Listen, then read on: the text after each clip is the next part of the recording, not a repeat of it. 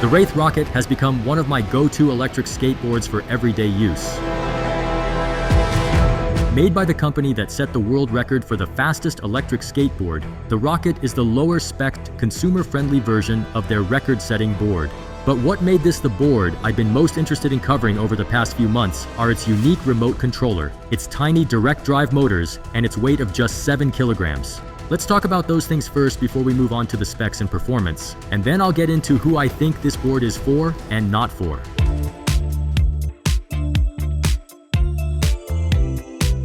This remote, which Raith calls their knuckle duster, is the most unique remote I've seen for an electric skateboard.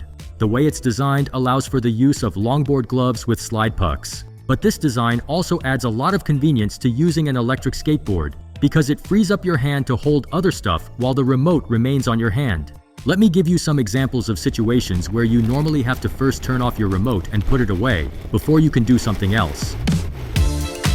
If you pick up your board with your right hand, you can do so without having to remove your remote. If you're getting a drink at a convenience store, you can grab the drink while the remote is still on your hand.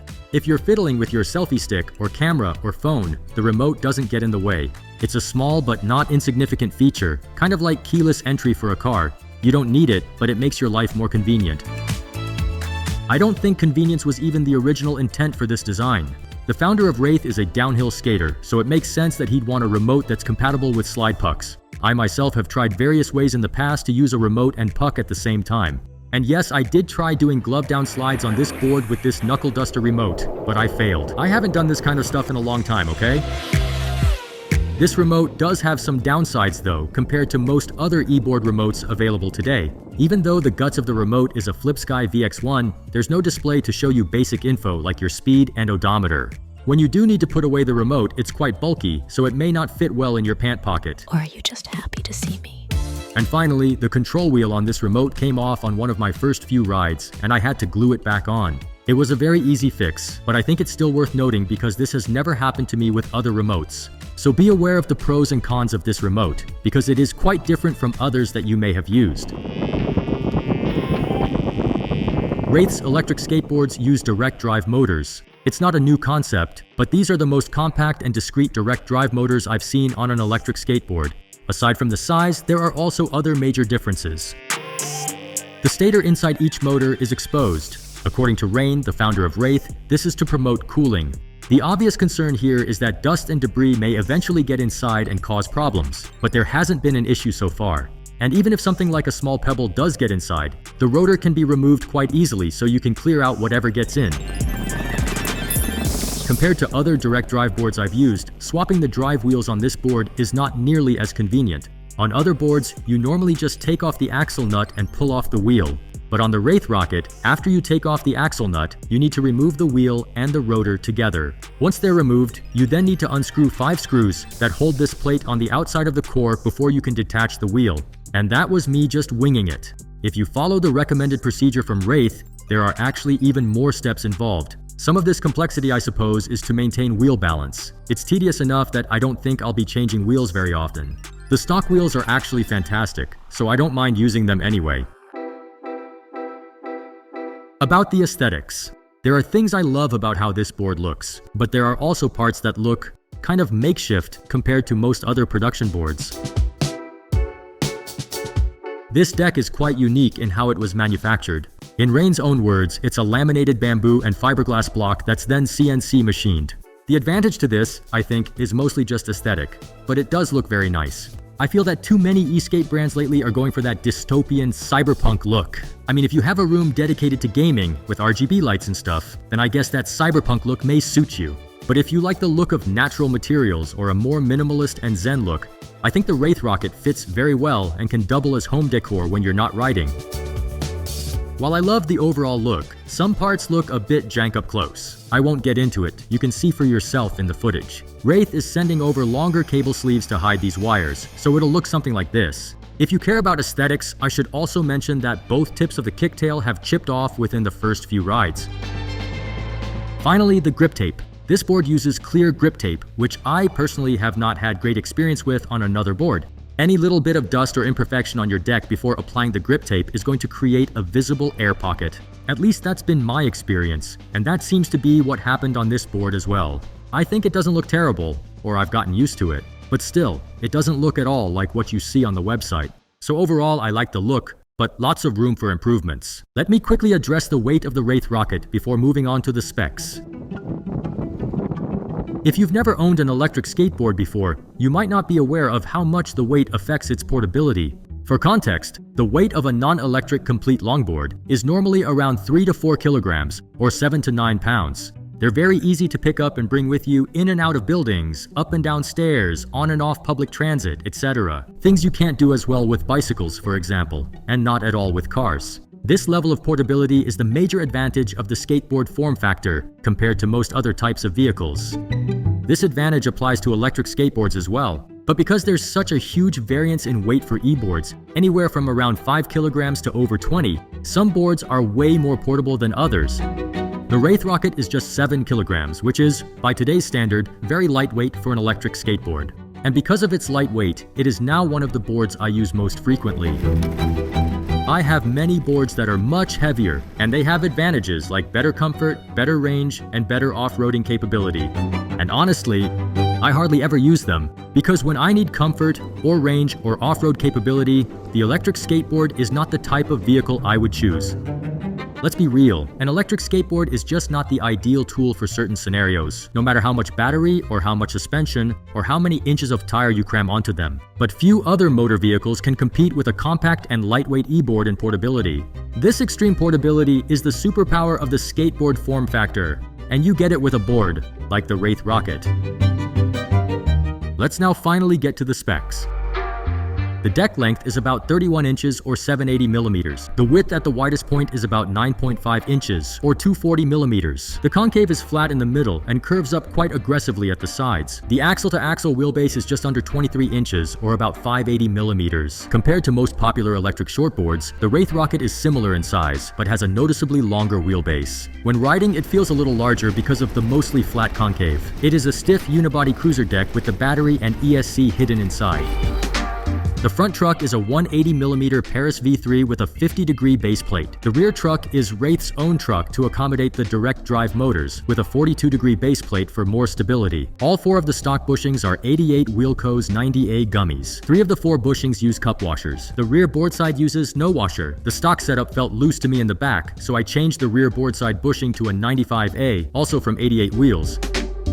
The stock wheels are the fantastic Maverick Pros from 88 Wheel Co. They are 80 mils in diameter with a very wide 66 mil contact patch. The durometer is a soft and grippy 74A. Even with the very soft durometer, the urethane on these wheels don't have a tendency to fall apart, unlike wheels from a certain other well-known brand. 80 mils for an e-board wheel is considered quite small, but because of the wide contact patch and soft urethane, I consider these wheels more than adequate for everyday use. Keep in mind though, I am someone who normally uses wheels around this size, so I'm pretty used to them. If you're used to larger wheels, I suggest that you at least spend some time on these before trying something else. If you still decide to use larger wheels, you'll have to use risers. The stock setup can already get wheel bite when making sharp turns at low speeds. I got around this by tightening the trucks a little more than usual. Even with tighter trucks, I can see that I still got bite from the back wheels, but I didn't actually feel them while riding. Wheel bite at low speeds is a somewhat common thing on top mount boards like this one. As long as you're aware of it, you can generally take steps to avoid it. Raith did mention that the deck will have wheel wells in the future.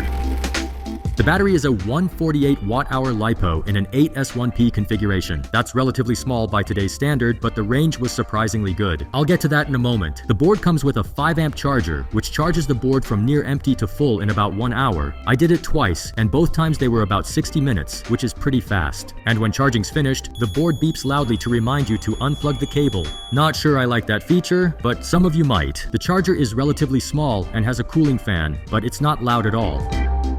The ESC is a FlipSky V4 without a Bluetooth module. The motors are sensorless, but they use HFI for sensorless start. Sensorless motors are extremely rare on electric skateboards. You see them more on e-scooters and e-bikes. When the motors are sensorless and use HFI, they behave sort of like sensored motors and let you accelerate from zero. It's a workaround so that you don't have to push before you throttle up. When you throttle up from a standstill, there's this high-pitched noise for a few seconds until you pick up speed.